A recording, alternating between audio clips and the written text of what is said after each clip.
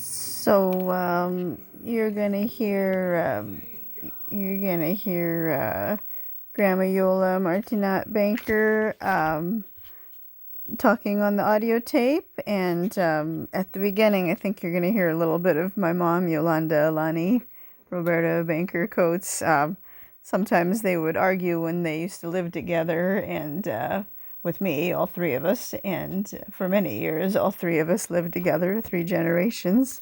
But after a while, it just got kind of hard. They'd argue a lot, and that was hard on Grandma Yola. So eventually, for maybe the last, I don't know, 3 years, 3 to 4 years, something like that, my mom, Yolanda, moved to her own little house on Arcadia Avenue there in the corner. And Grandma Yola got a little peace and quiet with just me.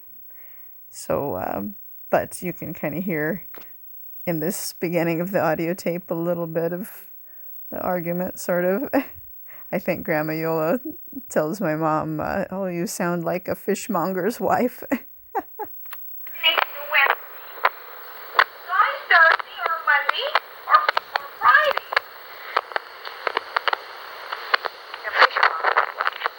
Just like a fishmonger's wife. Bell-bumping puglet loves its mouse so much. Well, its mama loves, its meowser loves its baby more. No way, Jose. Oh, yes, Jose. Why, oh why, did I swing my microphone, swing it up and down, and then it makes all these funny noises, and now you don't have to talk in the microphone. Now the microphone doesn't work. So get another one. How?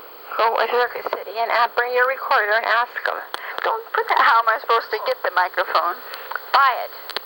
With what? Who got you the recorder? Somebody. Me. I did. Somebody needs to give me the microphone? Maybe. What? It sounds okay to me. Yeah, I don't think it's broke. It's not broke, honey. Doesn't it sound okay to you? It does. But why do you jam that in everybody's mouth, Annie? Nobody's going to listen to this. Hooray, hooray. It's Grandma Yola singing there. Hooray, hooray. Nobody's going to listen to this. Hooray, hooray. Annie's microphone works, oh hallelujah. Okay, I think in Italy, the custom is the bride, when she dances, she has like around her is like a little sack, and they put money inside her little sack. Where's the sack? Well, it's like your purse, yeah, only, bigger around her neck. Huh. Maybe they pin it on them, too. I don't know. Down south, they do that. Know where you were born? No, I don't. Annie was born at the Huntington Hospital in Pasadena. Is that where Mom worked? She worked there? Yeah, quite a long time. Yeah, my mom, Yolanda Lani Banker Coates, worked at the Huntington Hospital for at least 5 years full time. She didn't work too much else full time. It was part time for many years after that. But and this picture was taken at where is that? Like the Arroyo Park or something like that. You just take Mission Avenue like until it ends, and it kind of dead ends into this park. They have a dog park and a skateboard park, all connected there, in this golf course and a little cafe. And it didn't have really great food, but outside when the weather's pleasant, it's a great view of the miniature golf place, which would be over here, and then the regular golf course over there. And we had a nice time exploring that, and getting to see the views up close. Health, but what about fertility? Tonight we I don't know what happened to the audio tape. Yes, So, yeah, I'm glad we could go there. We just went there once, I think. You can see Grandma Iole has a tooth missing there on her upper teeth. She had to have it pulled. We went to a special dentist, not the regular dentist, to get that pulled. And a dentist specialist that specialized in extraction. But I think she was all right. She didn't seem to suffer with that too much. That's at our house here. A lot of roses blooming. I tried to get the garden to look, halfway nice for Grandma Iole. I tried to buy plants that she liked, that she had, seen other places and commented on. And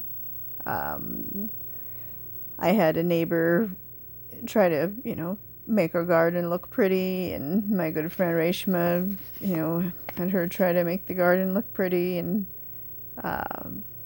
just, so Grandma Iole would have some nice things to look at in the garden. And we went there, sometimes, but not terribly often, just because we wanted to use the time in the wheelchair to go someplace to have a meal or a picnic or a tailgating party in the car. We usually ate something on our outings as long as she was hungry, and she was usually hungry. That's why I should have been so alerted when she was lost her appetite. That should have been a really big warning sign. I love this picture. Grandma Iole loved to pose. She'd do some really good poses. Even, look how strong she looks there. Jeez.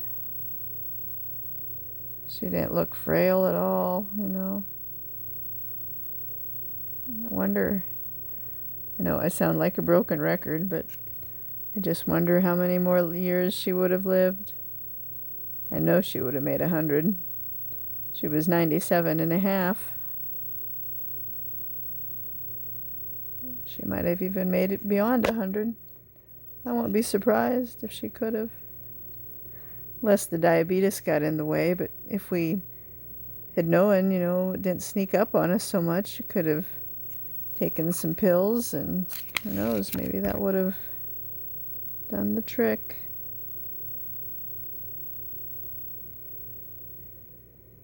I wish she would have been here to hold my baby if I were to have one. She would have really loved that. But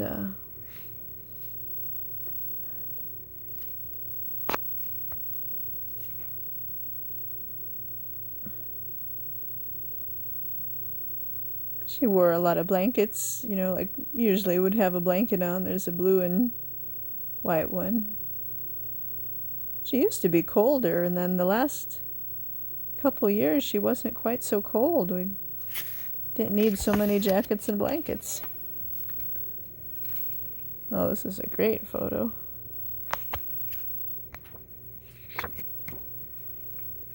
You can see the white fluff there. Such a great picture.